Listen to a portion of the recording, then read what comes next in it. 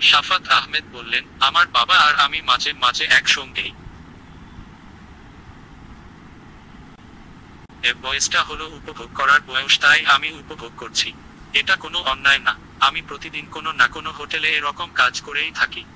রিমান্ডে শাফাত আহমেদ এসব তথ্য জানিয়েছে বলে এ তথ্য নিশ্চিত করেছেন তদন্ত কমিটির সদস্য গোয়েন্দা পুলিশের উপপুলিশ কমিশনার শেখ নাজমুল আলম।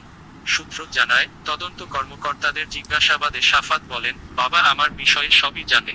বাবা আর আমি মাঝে মাঝে একসঙ্গেই মদ খেয়ে থাকি। এটা কোনো ঘটনাই না। জিজ্ঞাসাবাদে তিনি জানান, 2 বছর আগে টেলিভিশন উপস্থাপিকা ও মডেল পিয়াসাকে বিয়ে করেন শাফাত।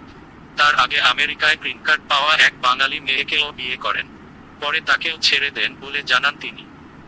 নর্থ সাউথ বিশ্ববিদ্যালয়ে বিবিএতে ভর্তি হলেও পড়াশোনা শেষ করতে পারেননি শাফাত। 3য় সেমিস্টারেই চলে আছে তার পড়াশোনা। তবে তা শেষ করতে না পারলেও বেপরোয়া জীবনযাপন ছিলেন বেশ এগিয়ে।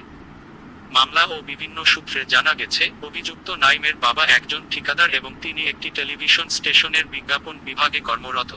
আর পিকাসো রেস্তোরাঁর মালিকের ছেলে সাদমানও একটি টেলিভিশন স্টেশনে কর্মরত। এর আগে ছেলের অপকর্মকে সমর্থন দিয়ে শাফাতের বাবা আপন জুয়েলার্সের মালিক দিলদার আহমেদ সেলিম বলেন, আরে মিয়া, আমার পোলা আকাম করছে তো কি হইছে? জোয়ান পোলা একটু আধটু তো এসব করবই। আমিও তো করি।